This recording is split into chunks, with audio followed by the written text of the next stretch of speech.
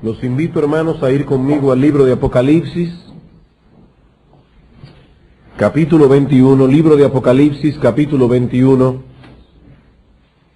y vamos a leer el versículo 1. Vi un cielo nuevo y una tierra nueva, porque el primer cielo y la primera tierra pasaron, y el mar ya no existía más. La expresión cielo y tierra es usada en la Escritura para designar el universo completo. En Génesis capítulo 1, versículo 1 leemos que en el principio Dios creó los cielos y la tierra, en una clara referencia a la creación del universo. Así que cuando Juan nos dice en Apocalipsis capítulo 21, versículo 1, que él vio en una visión un cielo nuevo y una tierra nueva, porque el primer cielo y la primera tierra pasaron, se está refiriendo precisamente a la remoción de las cosas creadas tal como las conocemos ahora, para dar paso a una nueva creación, a un nuevo universo. Juan vio en una visión que el universo creado que conocemos ahora fue removido y que un universo nuevo tomó su lugar. Ahora bien, ¿significa eso que vendrá un momento en que este universo, los cielos y la tierra, serán aniquilados totalmente, destruidos por completo, llevados a la inexistencia, para dar paso a un universo completamente nuevo, creado de la nada, tal como fue creado el universo actual? Los que nos visitan regularmente recordarán que este tema fue tratado hace poco más de un año, cuando estudiamos la tercera bienaventuranza en nuestra serie del Sermón del Monte. Bienaventurados los mansos, porque ellos recibirán la tierra por heredad.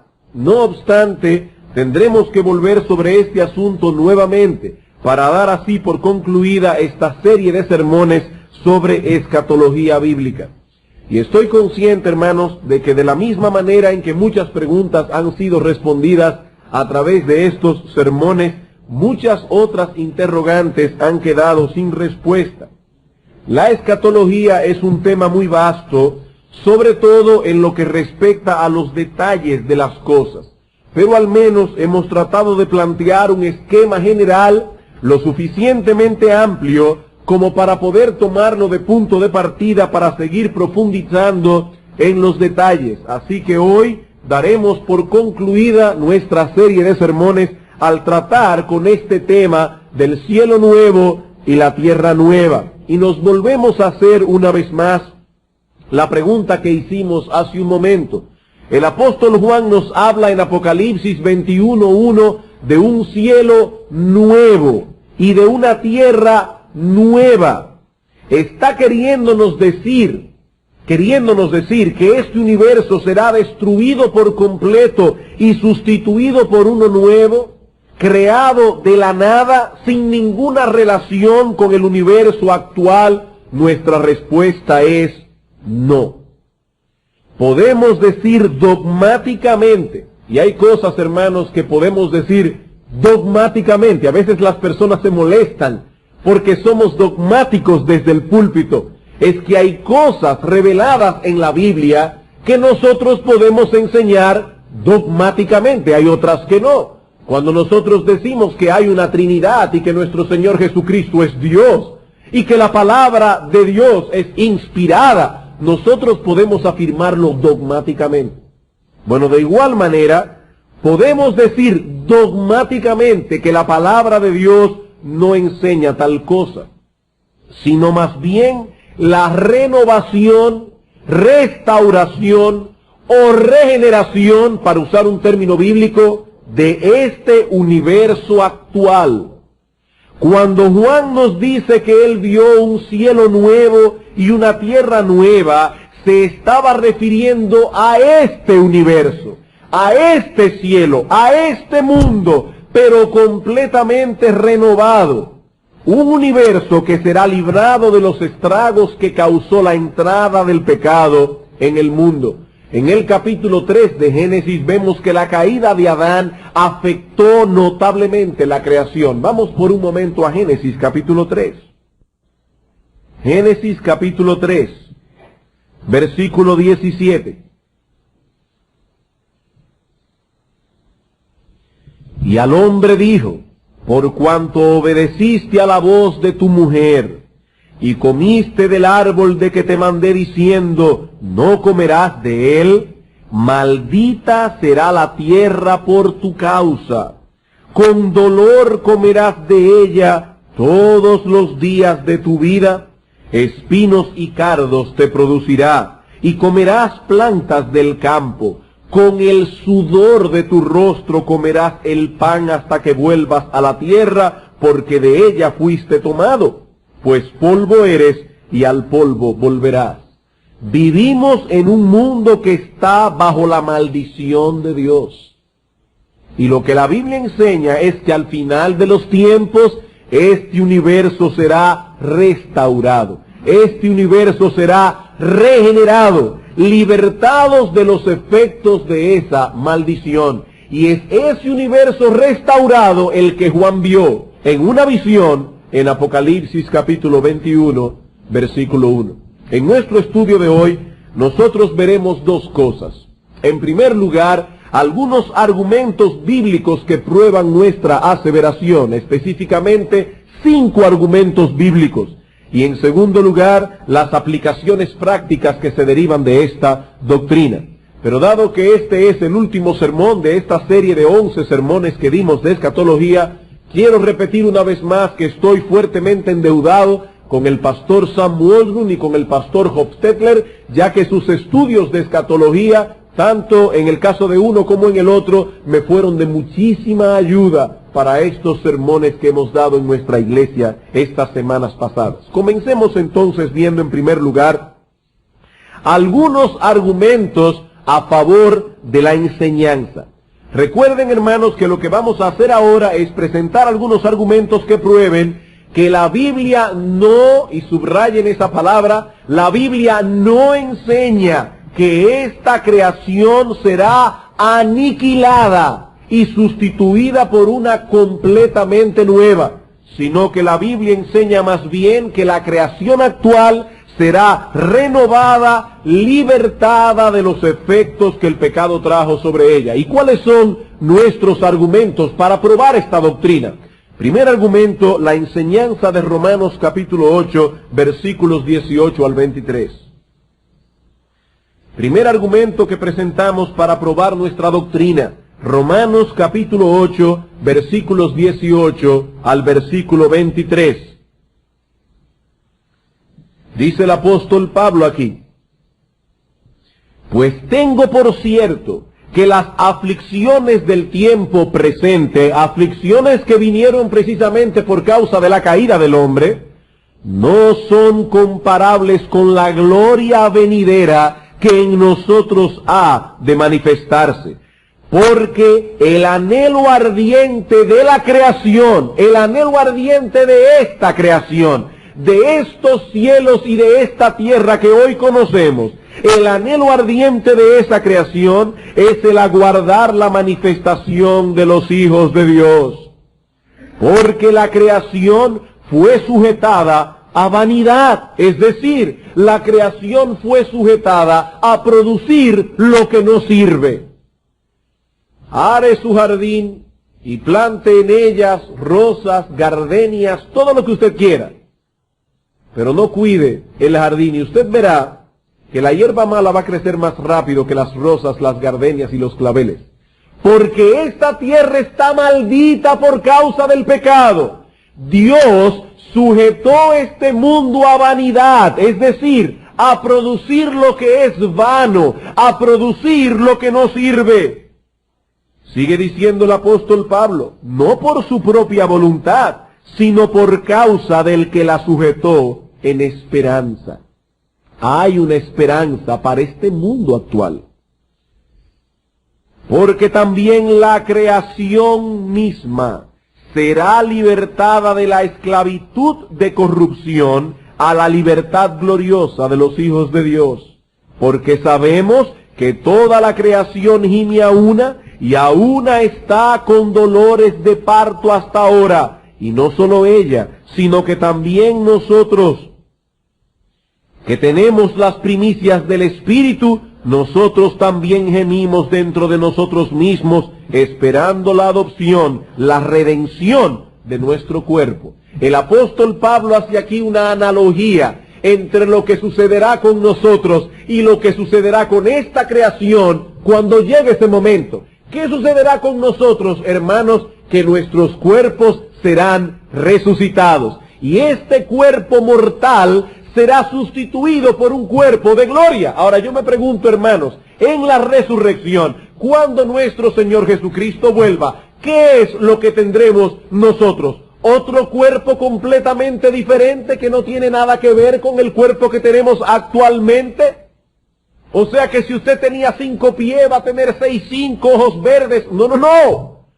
Es este cuerpo sin defecto. Es este cuerpo resucitado. Y el apóstol Pablo dice en 1 Corintios capítulo 15 que es como cuando usted siembra una semilla. Usted siembra una semilla de mango y sale una semilla de mango. No sale otra cosa. De igual manera, estos cuerpos fueron sembrados en corrupción, resucitarán en incorrupción. Estos cuerpos fueron sembrados en deshonra, resucitarán en gloria. Eso es exactamente, dice Pablo, lo que le espera a esta creación. Esta creación actual anhela ardientemente no ser aniquilada, no ser destruida por completo, no ser llevada a la inexistencia. Esta creación anhela ser liberada de la maldición causada por el pecado. Anhela ser libertada, dice Pablo, de la esclavitud de corrupción a la libertad gloriosa de los hijos de Dios. Primer argumento entonces, la enseñanza del apóstol Pablo en Romanos capítulo 8, versículos 18 al 23. Segundo argumento, la enseñanza del Señor Jesucristo en Mateo capítulo 19, versículo 28. Mateo capítulo 19, versículo 28.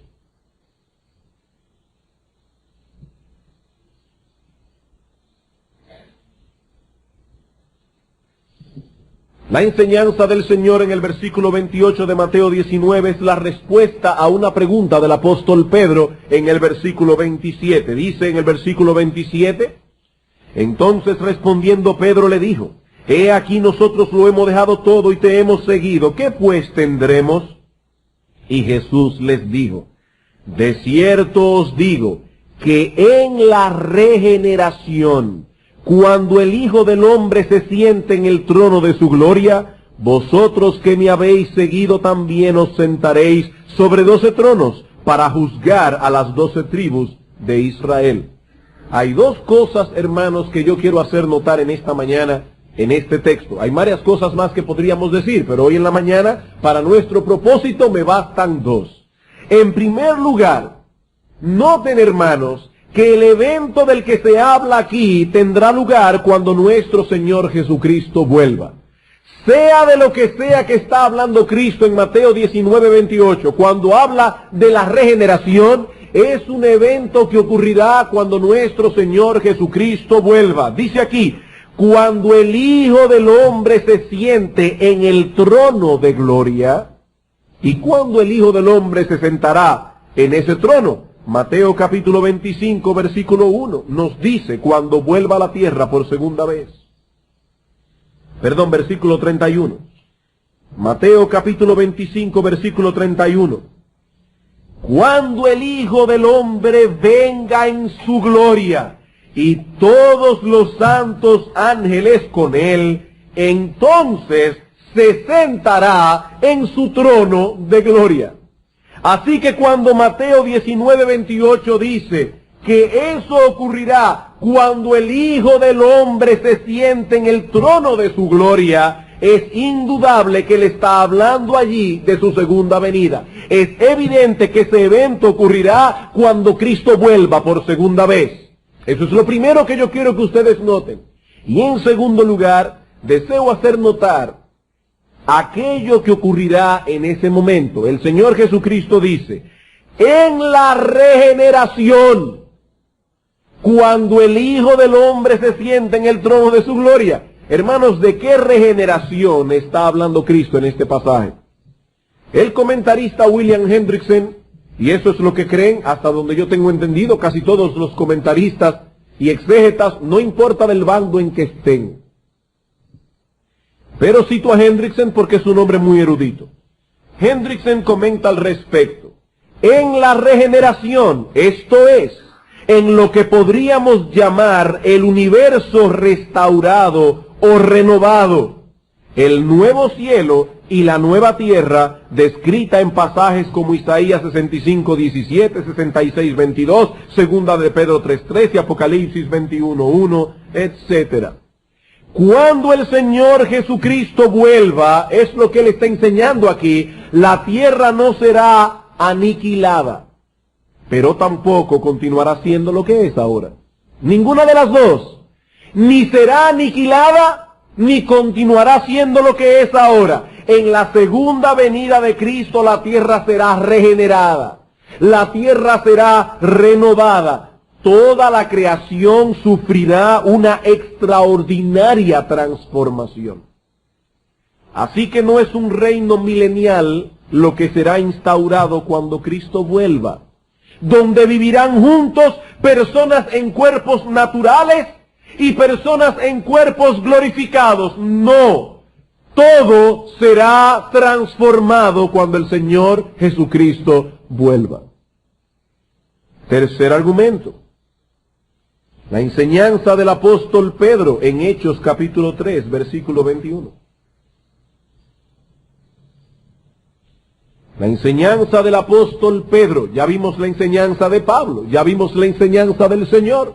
Veamos ahora la enseñanza del apóstol Pedro en Hechos capítulo 3, versículo 21. Pero para poder tomar el contexto, vamos a leer desde el versículo 19. El apóstol está predicando aquí a un grupo de judíos.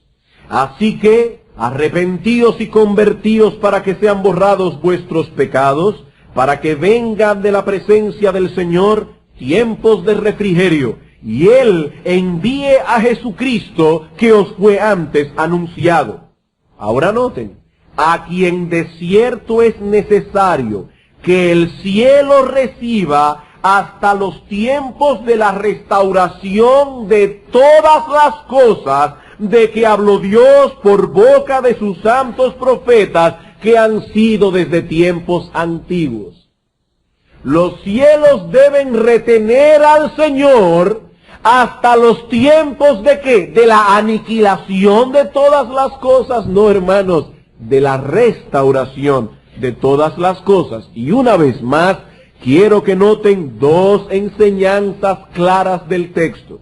En primer lugar, algo que es evidente en nuestro texto, que el Señor ascendió a los cielos luego de la resurrección y que allí estará hasta su segunda venida. Es claro eso, ¿verdad? Dice aquí, vuelvo y leo, a quien de cierto es necesario que el cielo reciba hasta los tiempos de la restauración de todas las cosas. Es necesario que Cristo permanezca en el cielo hasta el tiempo en que todas las cosas sean restauradas. Nada se nos dice allí de dos segundas venidas de Cristo, una secreta y otra pública. Una 7 años antes de su segunda venida, pública en secreto, que solamente los cristianos se van a enterar para raptar a su iglesia. Nada se habla en ese texto de tal cosa. El Señor permanecerá en el cielo hasta el momento de su retorno definitivo. ¿Y cómo sabemos que ese retorno de Cristo es definitivo? Por lo que el texto también enseña, en segundo lugar, que cuando el Señor Jesucristo vuelva, todas las cosas serán restauradas. todas las cosas serán restauradas. Y dice Pedro, tal como fue profetizado por los profetas en el Antiguo Testamento. Hermanos, ahí se cumplirán todas esas profecías, como veremos dentro de unos momentos, que aparecen en los libros de Isaías 65, 66, 11, 26, cuando habla de que el lobo y el cordero morarán juntos, de que un niño pastoreará una serpiente de áspid, de que no habrá más mal en toda la tierra que el Señor ha hecho. Dice Pedro, todo eso ocurrirá cuando nuestro Señor Jesucristo vuelva. Así que Pedro no asume que habrán 2 o 3 segundas venidas, sino una sola. Y cuando eso ocurra, todo será restaurado. Ya no habrá mezcla en el mundo de justos e injustos, de buenos y malos. El día de la segunda venida de Cristo es el día de la restauración y renovación de la creación. No aniquilación, sino transformación. Eso es, hermanos, lo que nos espera cuando el Señor Jesucristo vuelva. Cuarto argumento. La enseñanza del mismo apóstol Pedro en segunda de Pedro capítulo 3. Hermanos, noten que no estamos tomando un texto oscuro de las Escrituras para crear todo un andamiaje teológico en base a un texto oscuro de las Escrituras. Estamos citando varios pasajes del Nuevo Testamento que enseñan la misma cosa. Segunda de Pedro capítulo 3 versículos 10 al 14. Pero el día del Señor vendrá como ladrón en la noche, en el cual los cielos pasarán con grande estruendo, y los elementos ardiendo serán deshechos, y la tierra y las obras que en ella hay serán quemadas. Puesto que todas estas cosas han de ser deshechas, ¿cómo no debéis vosotros andar en santa y piadosa manera de vivir? Esperando y apresurándoos para la venida del día de Dios, en el cual los cielos encendiéndose serán deshechos, y los elementos siendo quemados se fundirán. Pero nosotros esperamos, según sus promesas, cielos nuevos y tierra nueva, en los cuales mora la justicia. Por lo cual, oh amados, estando en espera de estas cosas, procurad con diligencia ser hallados por Él, sin mancha e irreprensibles, en paz. Este es uno de los textos favoritos de aquellos que enseñan que este universo será totalmente destruido, aniquilado, para dar paso a uno nuevo, completamente nuevo. No obstante, si observamos este pasaje más detenidamente, veremos que lejos de enseñar tal cosa, este pasaje confirma las enseñanzas de los textos que hemos leído anteriormente. Quiero que veamos 3 cosas en este texto. Noten en primer lugar el tiempo en que estos eventos toman lugar, y verán que es el mismo tiempo que narran los otros pasajes del Nuevo Testamento. Pedro nos dice que será en el día del Señor. Versículo 10. Pero el día del Señor vendrá. ¿Y qué día es ese? Indudablemente el día de la segunda venida de Cristo. ¿Y cómo lo sabemos? Bueno, en primer lugar porque es el contexto del mismo pasaje. Dicen los versículos 1 al 4 el apóstol Pedro que en los postreros días vendrán personas burladoras. ¿Y de qué se burlarán? Diciendo, versículo 4, ¿y dónde está la promesa de su advenimiento? ¿Y cuándo es que Cristo viene? Que yo estoy oyendo continuamente que Cristo viene y nada de venir. ¿Dónde está la promesa de su advenimiento? Porque desde el día en que los padres durmieron, todas las cosas permanecen así, como desde el principio de la creación. Y Pedro, hablando de ese mismo día, del advenimiento del Señor, dice, porque el día del Señor, el día de su venida, vendrá como ladrón en la noche. Pero si alguno todavía no está convencido, quiero que vaya conmigo a 1 Tesalonicenses capítulo 4.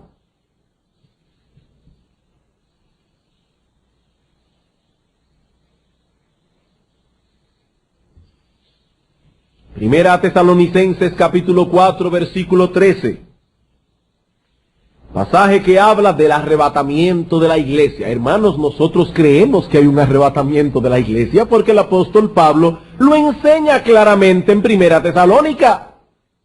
Lo que no creemos es que ese arrebatamiento ocurrirá 7 años antes de la verdadera y definitiva segunda venida de Cristo. No, hermanos. La Biblia enseña que Cristo vuelve y cuando Cristo vuelva va a ocurrir todo eso. Noten lo que dice Pablo. Tampoco queremos, hermanos, que ignoréis acerca de los que duermen, para que no os entristezcáis como los otros que no tienen esperanza. Porque si creemos que Jesús murió y resucitó, así también traerá Dios con Jesús a los que durmieron en él. Por lo cual os decimos esto en palabra del Señor, que nosotros que vivimos, que habremos quedado hasta la venida del Señor, no precederemos a los que durmieron. Porque el Señor mismo, con voz de mando, con voz de arcángel y con trompeta de Dios, descenderá del cielo, y los muertos en Cristo resucitarán primero. Luego nosotros, los que vivimos, los que hayamos quedado, seremos arrebatados juntamente con ellos en las nubes para recibir al Señor en el aire, y así estaremos siempre, no en el aire, sino con el Señor. Donde quiera que vaya el Señor, vamos nosotros. Por tanto, alentaos los unos a los otros con estas palabras. Pero hermano, aunque ahí dice que acabó el capítulo, recuerden que esa división en capítulos y versículos se hizo en la Edad Media. Eso no es inspirado por el Espíritu Santo. Tenemos que seguir leyendo. Dice Pablo, pero acerca de los tiempos y de las ocasiones, no tenéis necesidad, hermanos, de que yo os escriba.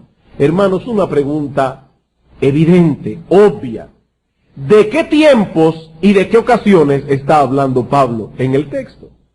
Pablo está diciendo, no queremos que ignoren que cuando el Señor Jesucristo vuelva, los muertos en Cristo resucitarán primero, y los que viven serán arrebatados para estar para siempre con el Señor. Pero acerca de los tiempos y de las ocasiones, evidentemente en que todo eso ocurrirá, no tenéis necesidad, hermanos, de que yo os escriba, porque vosotros sabéis perfectamente que el día del Señor vendrá así como ladrón en la noche. Que cuando digan paz y seguridad, entonces vendrá sobre ellos, no sobre nosotros, destrucción repentina como los dolores a la mujer encinta, y no escaparán.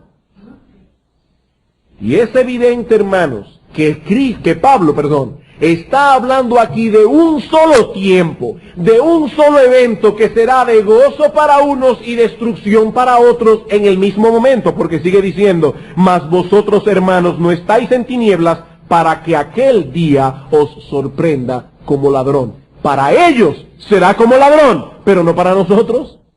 No para nosotros, hermanos, nosotros somos hijos del día. No somos hijos de las tinieblas para que aquel día nos sorprenda como un ladrón. No, cuando aquel día llegue nosotros estaremos preparados para recibir a nuestro bendito Señor y Salvador Jesucristo. Hermanos, las Escrituras insisten una y otra vez, en que la segunda venida de Cristo traerá consigo un tiempo de juicio y un tiempo de cambios dramáticos en el mundo. ¿Cuándo ocurrirá entonces aquello que Pedro narra en 2 de Pedro 3? El día que el Señor Jesucristo vuelva. ¿No es eso lo que dice Cristo? ¿No es eso lo que dice Pablo? ¿Es eso lo que dice Pedro? En segundo lugar, volvamos a nuestro texto otra vez, 2 de Pedro capítulo 3. En segundo lugar, noten, hermanos, que hay un paralelo en el contexto del capítulo 3 de 2 de Pedro entre la destrucción que se produjo en el tiempo de Noé, cuando la tierra fue destruida por un diluvio, y la destrucción que tendrá lugar cuando el Señor Jesucristo vuelva. Hay un paralelo entre estas dos destrucciones. Vean el versículo 5 del capítulo 3. Estos ignoran voluntariamente que en el tiempo antiguo fueron hechos por la palabra de Dios los cielos y también la tierra, que proviene del agua y por el agua subsiste, por lo cual el mundo de entonces pereció, fue destruido, anegado en agua. Pero los cielos y la tierra que existen ahora están reservados por la misma palabra, guardados para el fuego en el día del juicio y de la perdición de los hombres impíos. Hermanos, una pregunta. En los días de Noé, cuando este mundo fue destruido, cuando este mundo pereció, anegado en agua, ¿fue este universo aniquilado? ¿Fue este universo destruido por completo de tal manera que Dios tuvo que crear otro de la nada? Por supuesto que no. Este mundo no fue llevado a la inexistencia para dar paso a uno completamente nuevo. Y es esa la analogía que usa el apóstol Pedro para hablar de la destrucción que tendrá lugar cuando nuestro Señor Jesucristo vuelva. Así que no hay razón para pensar que el mundo actual será aniquilado cuando el Señor vuelva, aunque sí será destruido como lo fue en los tiempos antiguos, en los días de Noé. Y en tercer lugar, la palabra que encontramos en el versículo 10, cuando dice que la tierra y las obras que en ella hay serán quemadas, es la misma palabra griega que aparece en Mateo capítulo 3, versículo 12, para referirse al castigo que sufrirán los impíos en el infierno. Vamos a Mateo capítulo 3, versículo 12. Mateo capítulo 3, versículo 12. Dice Juan el Bautista: su aventador está en su mano, y limpiará su era, y recogerá su trigo en el granero, y quemará la paja en fuego que nunca, nunca se apagará. Es evidente en ese mismo texto que los impíos no serán aniquilados en el infierno como enseñan los adventistas del séptimo día y como enseñan los testigos de Jehová, sino que serán castigados allí por los siglos de los siglos. Si los impíos dejaran de existir en el infierno, ¿qué sentido tendría que se hablara allí de un fuego que nunca se apagará? Como pueden ver entonces, hermanos, en 2 de Pedro capítulo 3, versículo 10, no se habla de la aniquilación total de este universo, sino más bien de la destrucción de las cosas creadas para dar paso a una nueva creación que no es otra que este mismo universo con este mismo planeta Tierra, pero totalmente purificado, totalmente renovado, totalmente transformado. Nuestra última argumentación, Apocalipsis capítulo 21, versículo 1, el texto que estamos estudiando en estos sermones. Apocalipsis capítulo 21, versículo 1.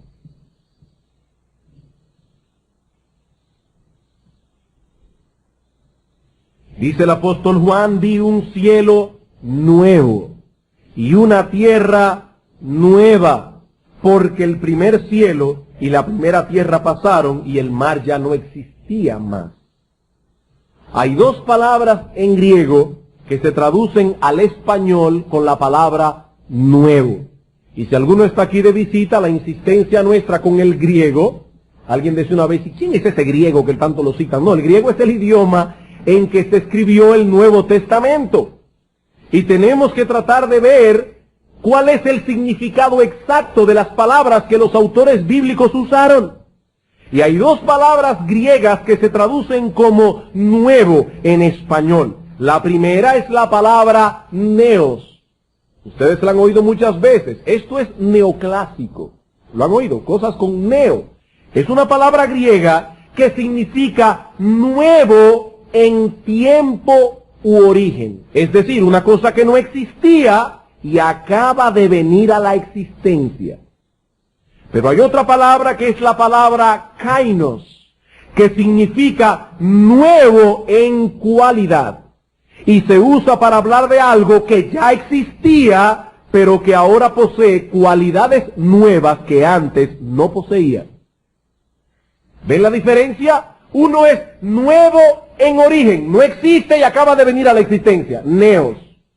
La otra es, existía ya, pero ahora tiene cualidades que antes no poseía. Eso es kainos. Cuando Juan nos dice aquí que vio un cielo nuevo y una tierra nueva, no se está refiriendo a un universo neos, sino más bien a un universo kainos, nuevo en cuanto a calidad, no en cuanto a tiempo. Es en ese sentido que habrá un nuevo cielo y una nueva tierra, en que sus cualidades serán nuevas, mucho más excelsas que las actuales. Y miren, hermanos, aún en este mundo caído, hay cosas que son hermosas. Aún en este mundo caído, cuántas cosas hermosas Dios ha creado. Particularmente debo confesar que yo soy un enamorado de esta nación, de esta tierra. Porque miren, yo he estado en otros lugares y realmente Santo Domingo es hermoso. República Dominicana tiene lugares hermosos. Aún a pesar de ser un mundo caído, es hermosa la creación. Cuando el Señor Jesucristo vuelva en gloria, los santos heredarán un mundo nuevo, renovado, un mundo que habrá sido libertado de todas las consecuencias de la caída del hombre. Alguien puede decir en esta mañana, está bien, pastor, me convenció. He entendido y aceptado lo que la Biblia enseña acerca del cielo nuevo y la tierra nueva. He comprendido que este universo no será aniquilado, sino más bien renovado. Pero ahora me pregunto, ¿qué importancia tiene todo esto? ¿Por qué tomar un sermón un domingo en la mañana y la mitad del sermón para dar argumentos para probar esto? ¿Por qué tanto empeño en demostrar esta verdad? Eso nos lleva a nuestro segundo punto, la importancia de esta doctrina. Ya vimos los argumentos que prueban la doctrina. Veamos ahora en segundo lugar la importancia de esta doctrina. 4 cosas.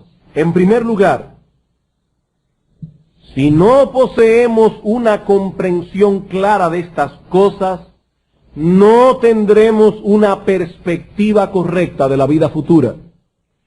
Si no tenemos una comprensión clara de estas cosas, tampoco tendremos una perspectiva correcta de la vida futura.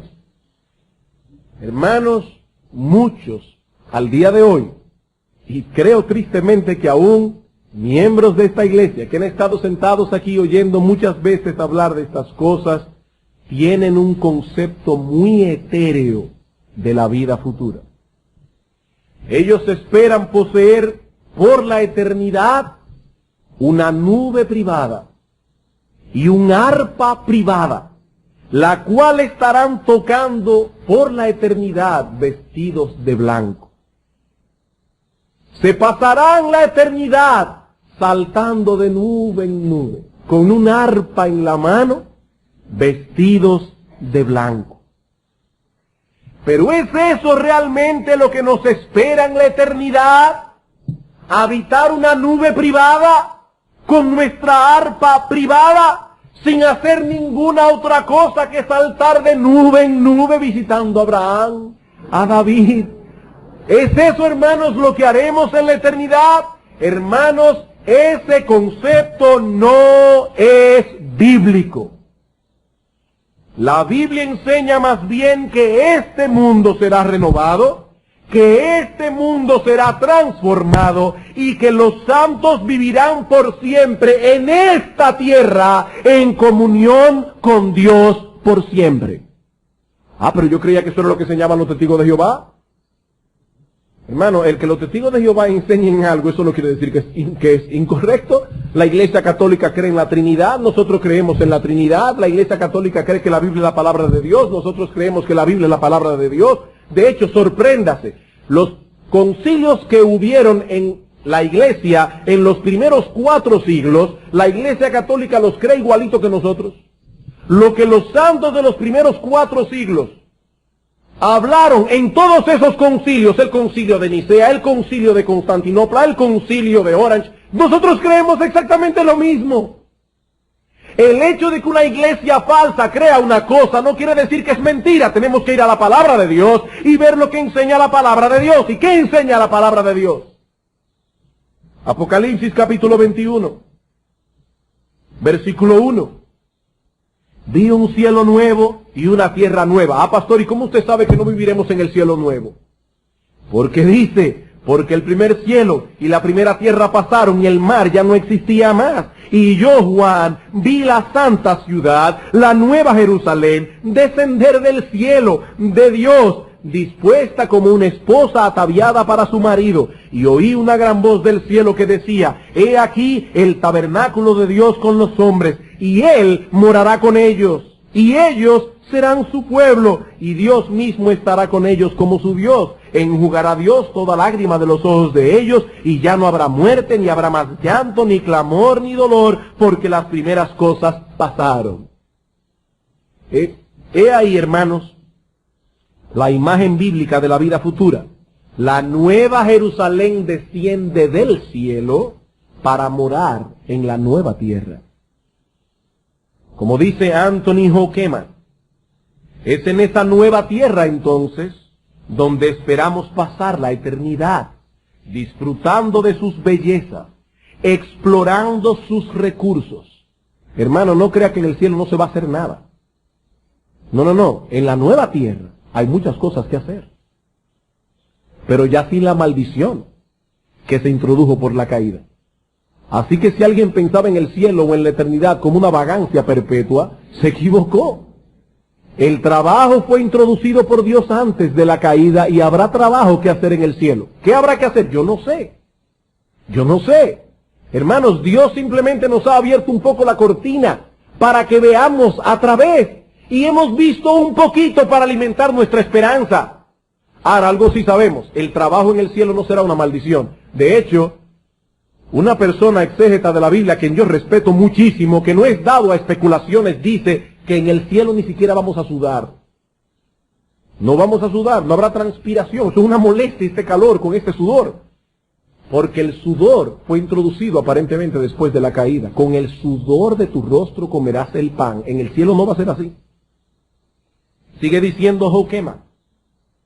Estaremos disfrutando de sus bellezas, explorando sus recursos y usando sus tesoros para la gloria de Dios. Y si tenemos en cuenta que Dios hará de la nueva tierra su morada, y que donde Dios mora, allí está el cielo, seguiremos estando en el cielo a la vez que estamos en la nueva tierra. Porque el cielo y la tierra ya no estarán separados como lo están ahora, sino que serán uno.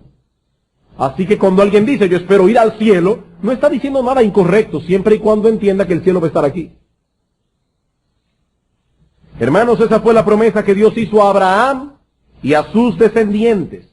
Una de las bendiciones incluidas en el pacto que Dios hizo con Abraham era la posesión de la tierra de Canaán. Vamos a Génesis capítulo 17, versículo 8.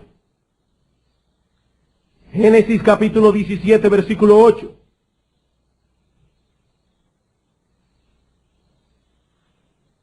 Dice Dios a Abraham, y te daré a ti, noten, te daré a ti y a tu descendencia, después de ti, la tierra en que moras, toda la tierra de Canaán en heredad perpetua, y seré el Dios de ellos. ¿Recuerdan esa palabra en Apocalipsis? Él morará con ellos como su Dios, ellos serán su pueblo. Aquí está el cumplimiento de la promesa que Dios hizo a Abraham. Ahora, hermanos, ¿cómo debemos entender esta promesa? ¿Estaba Dios prometiendo simplemente que el pueblo de Israel, la descendencia física de Abraham, heredaría perpetuamente la tierra literal de Canaán? ¿Ese pedazo de tierra que hoy conocemos como Palestina? ¿Es eso lo que creen los dispensacionalistas? ¿Es así como debemos interpretar esa promesa? No, hermanos. Esta interpretación de los dispensacionalistas tiene dos graves problemas. En primer lugar, la Biblia no limita la descendencia de Abraham únicamente a los judíos. Ese es el primer problema. Gálatas capítulo 3, versículo 27. Yo sé que hemos visto esto antes, pero solo lo cito para probar mi punto. Gálatas capítulo 3, versículo 27.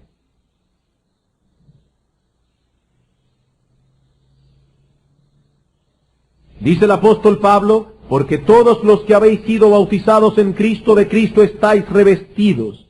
Ya no hay judío, ni griego, no hay esclavo ni libre, no hay varón ni mujer, porque todos vosotros sois uno en Cristo Jesús. Y si vosotros sois de Cristo, ciertamente linaje, descendientes de Abraham sois, y por si queda alguna duda, herederos según la promesa. Hermanos, ¿herederos de qué promesa? De la promesa que Dios le dio a Abraham en Génesis 17:8. A ti y a tu descendencia después de ti daré esta tierra. Y aunque usted sea chino, alemán, norteamericano, nació en Bonao, en Cutupú, en Licey al Medio, usted, si es creyente, es heredero de la promesa. Somos descendientes de Abraham por la fe. La promesa que Dios le dio a Abraham fue: en ti serán benditas todas las familias de la tierra. Pero hay algo más. Las Escrituras tampoco limitan la promesa a la tierra de Canaán. Las Escrituras no limitan la promesa a la tierra de Canaán, a la tierra de Palestina. Hermanos, la Biblia se interpreta sola, y esa no es la interpretación que la misma palabra de Dios le da a la palabra Canaán. Noten, hermanos, que la promesa no fue dada únicamente a los descendientes de Abraham. La promesa fue dada a Abraham mismo y a su descendiente. Ahora yo me pregunto, ¿poseyó alguna vez Abraham la tierra de Canaán? Vamos a Hechos capítulo 7. ¿Poseyó alguna vez Abraham la tierra que Dios le prometió? Respuesta contundente: no, no.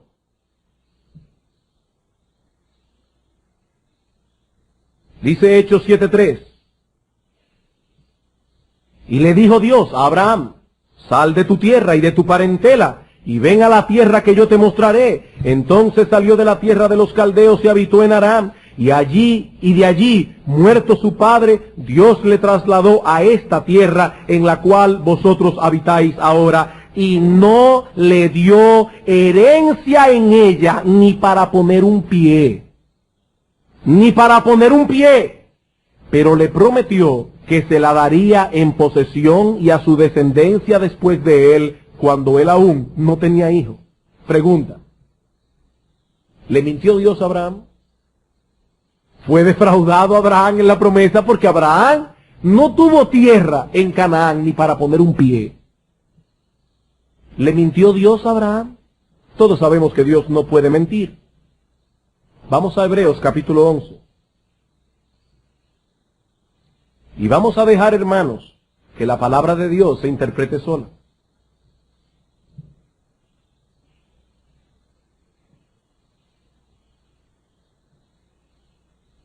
Hebreos capítulo 11, versículo 8.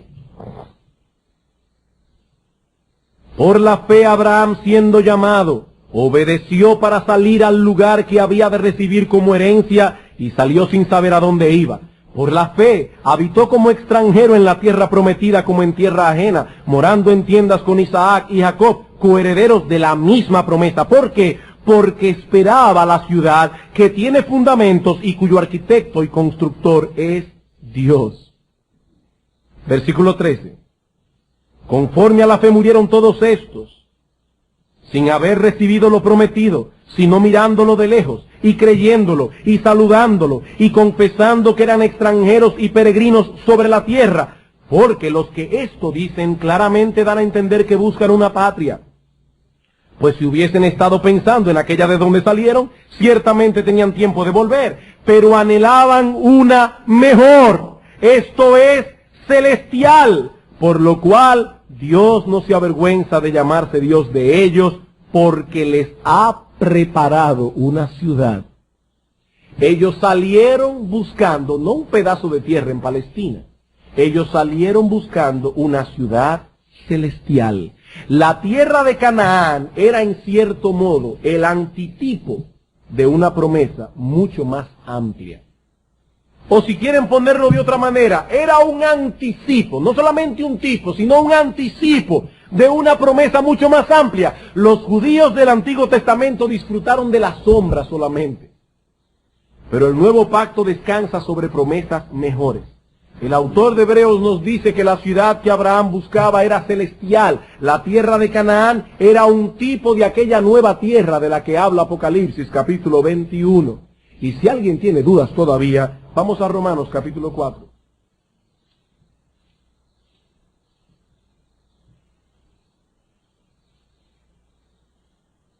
Versículo 13.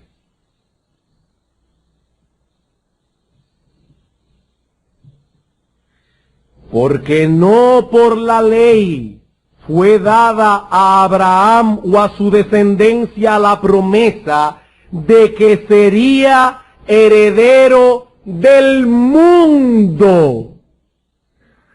Hermanos, ¿cuál fue la promesa según Pablo? No según este autor o aquel teólogo o aquel exégeta. De acuerdo a la interpretación del apóstol Pablo, inspirado por el Espíritu Santo, hermanos, ¿cuál fue la promesa? ¿Que Abraham heredaría en un milenio un pedacito de tierra en Palestina? No, Pablo dice, herederos del mundo. Esa era la promesa que Dios le había dado a Abraham. Lo que nos enseña que Canaán no era más que un tipo de la nueva tierra. ¿Cuál es entonces la promesa de Dios para sus hijos? Que Él creará cielos nuevos y una nueva tierra sobre la cual reinaremos con Él para siempre. Salmo capítulo 37.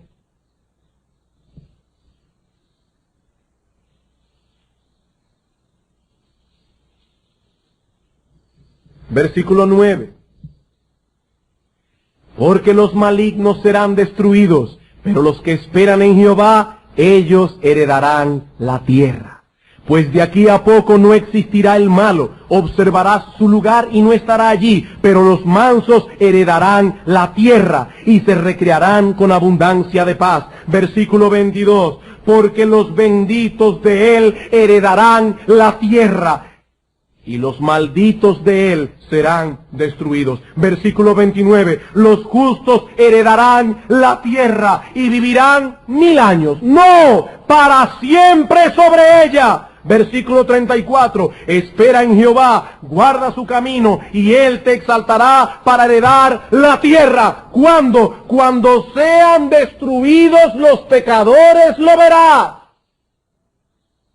Aquí no está hablando de un milenio donde viven personas en cuerpos naturales y otros en cuerpos glorificados y que al final habrá una rebelión al final de los 1000 años. Aquí dice, Cristo viene, los impíos son destruidos y los benditos de Jehová heredarán la tierra para vivir para siempre sobre ella.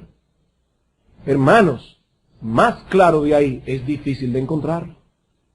Hay que tener una mente muy prejuiciada para no entender esas cosas.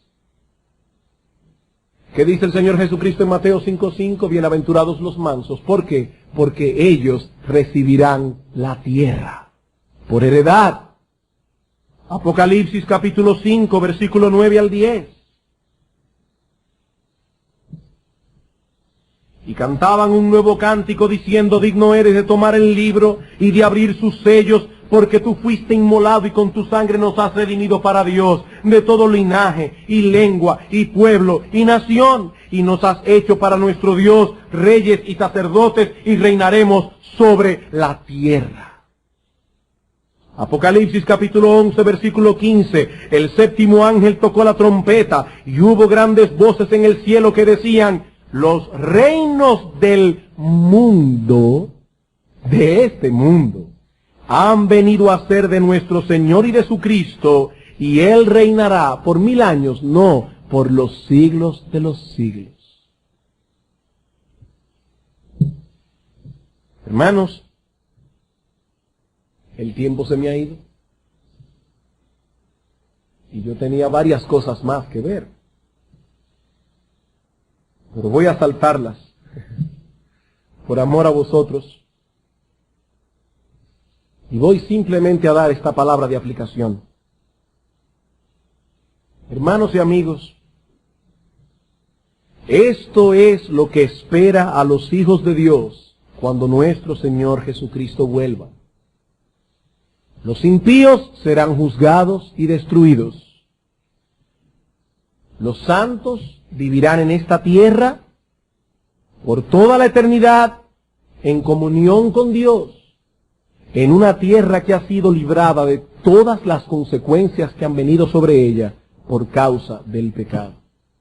Hermanos, todo será nuestro. No habrá necesidad de codiciar nada. No estaremos descontentos con nuestra porción. Allí no habrá más llanto, no habrá más engaño, no habrá más impío que haga el mal, no habrá un vecino molestoso que no nos deja dormir, no habrá un negociante engañador que nos hizo un mal. Hermanos, dice la Biblia, no se hará mal en todo mi santo monte. No se hará mal.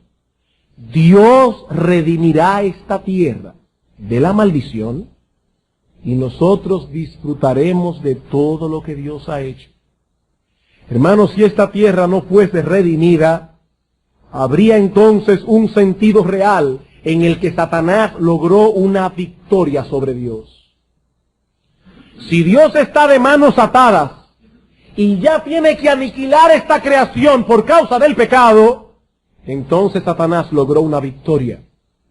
Pero no, hermanos, la última página del libro de historia dirá, la victoria es de Dios. El hombre fue redimido, la creación fue redimida, Dios salió victorioso. Dios salió victorioso. Pero ahora, mi amigo, yo quiero preguntarte algo. ¿Estás tú preparado para morar en esa nueva tierra? Cuando el Señor Jesucristo vuelva, ¿en cuál grupo estarás tú? Porque dice la Biblia que algunos lamentarán. Buscarán la muerte y no la hallarán. Y yo te pregunto, ¿en cuál grupo estarás tú? Porque solo morarán en la nueva tierra aquellos que por medio de la fe y el arrepentimiento son ahora nuevas criaturas. Nadie puede morar en esa nueva creación sin ser él mismo una nueva creación en Cristo. Dice la palabra de Dios que los que estamos en Cristo Jesús, nueva criatura somos. Las cosas viejas pasaron. He aquí todas son hechas nuevas. Y yo te pregunto una vez más, mi amigo, ¿alguna vez has venido a Cristo en arrepentimiento y fe, pidiendo perdón por tus pecados, descansando únicamente en la justicia de Cristo, y la gracia del Espíritu de Dios ha venido sobre ti y te ha transformado? No para que seas perfecto, porque la perfección nadie la alcanzará de este lado del cielo. Pero puedes decir, mi amigo, que la gracia de Dios te ha transformado. Que hay muchas evidencias en tu vida de que no eres el mismo, de que eres una nueva creación en Cristo. Si es así, gózate en todo lo que hemos dicho hoy, porque estas promesas, mi hermano, son para ti. No para Israel, son para ti. Y para todos aquellos que desde la caída de Adán hasta el último salvo han depositado su fe en la promesa de Dios de que habría de enviar a un Salvador. Pero mi amigo, si no puedes decir con una limpia conciencia que el poder del Espíritu de Dios no te ha transformado, estas promesas no son para ti. Y el día de la venida del Señor Jesucristo va a ser el día más amargo de tu existencia. Hermanos, mientras el mundo se afana por hacer de esta vida presente un paraíso, nosotros aguardamos esperanzados la venida de nuestro bendito Señor y Salvador. Entonces, y solo entonces, el paraíso que Adán perdió vendrá a ser el paraíso recobrado. El paraíso recobrado. Dice Pablo en Colosenses, cuando Cristo, vuestra vida, se manifieste, nosotros que hemos creído en Él, seremos manifestados con Él en gloria. Con gozo pasaremos a recibir la herencia prometida. Y hermanos, Dios mismo se encargará de consolarte por cada una de tus tristezas. Enjugará Dios, hermano, Dios mismo enjugará cada lágrima. Dios tiene un libro de memoria, hermano, y cada vez que este mundo impío te ha hecho mal, cada vez que este mundo impío te ha trastornado y te ha llevado a llorar, Dios tiene eso escrito en un libro, y dice la palabra de Dios que Él te consolará por cada una de las lágrimas que has derramado en este mundo maldito. No habrá muerte, no habrá llanto ni dolor, porque las primeras cosas pasaron. Y como hemos dicho muchas veces, será en ese momento cuando veremos quiénes fueron tontos y quiénes fueron sabios. Porque hay muchos, y tristemente muchos, que engañados profesan ser cristianos, que están tratando de hacer de este mundo un paraíso. Esos irán al infierno por toda la eternidad. Que el Señor nos conceda el que podamos recordar continuamente esta promesa durante nuestro peregrinaje aquí en la tierra, para que con mansedumbre y paciencia esperemos el cumplimiento de la promesa.